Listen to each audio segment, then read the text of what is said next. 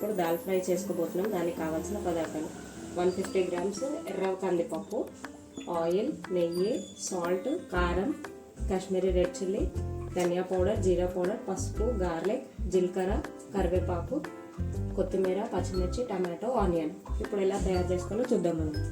First పప్పును నేను half an hour ముందు నానబెట్టాను. ఇందులో కొంచెం పసుపు, కొంచెం సాల్ట్, కొద్దిగా ఆయిల్ వేసి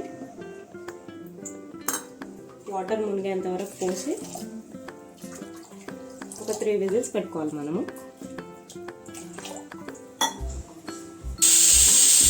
3 విజిల్స్ వచ్చాయి. స్టవ్ బంద్ చేసుకుందాం.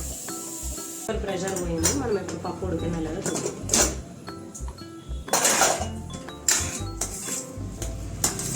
చాలా మంచిగా ఉడికింది. ఇలా మెత్తగా అయిపోవాలి పప్పు. మనం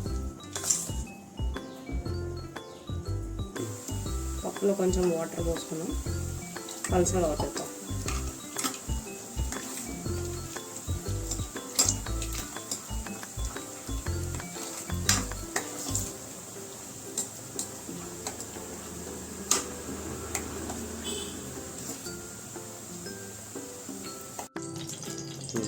దాల్ ఫ్రై కోసం ప్యాన్ పెట్టుకొని ఆయిల్ హీట్ చేసుకోవాలి.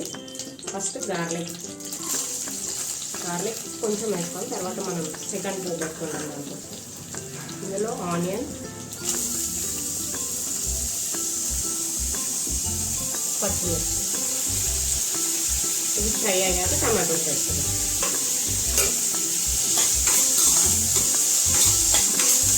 ఆనియన్స్ కలర్ చేంజ్ అయ్యాయి కాబట్టి ఇప్పుడు టమాటోస్ వేసుకున్నాం.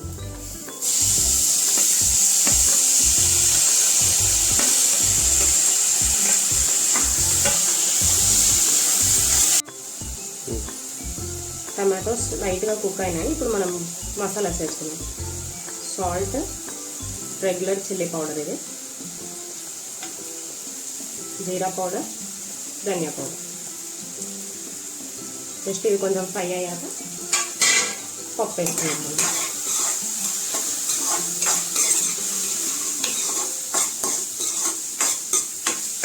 కొన్ని వాటర్ పోసుకున్నాం మనం మసాలాస్ మాడకుండా ఉండడానికి.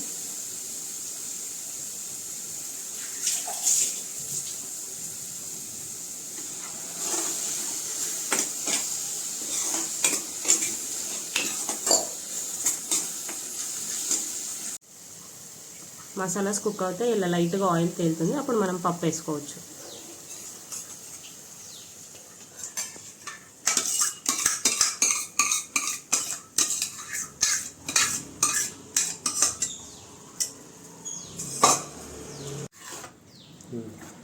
పప్పులో మనం కొన్ని వాటర్ పోసుకున్నాం. ఎందుకంటే ఇది చల్లగా అవుతున్న కొద్దీ గట్టిగా అవుతూ ఉంటుంది.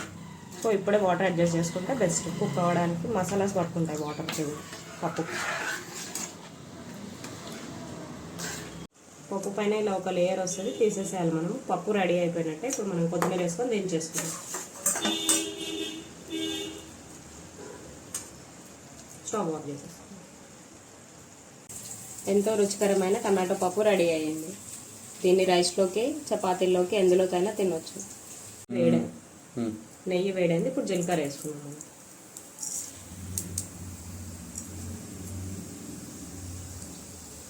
జీలకర్ర ఫ్రై అయ్యాక గార్లిక్ వేసుకున్నాం.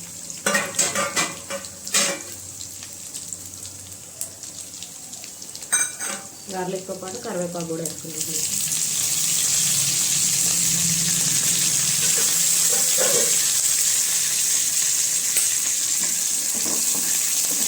గార్లిక్ మంచిగా రెడ్గా రావాలి.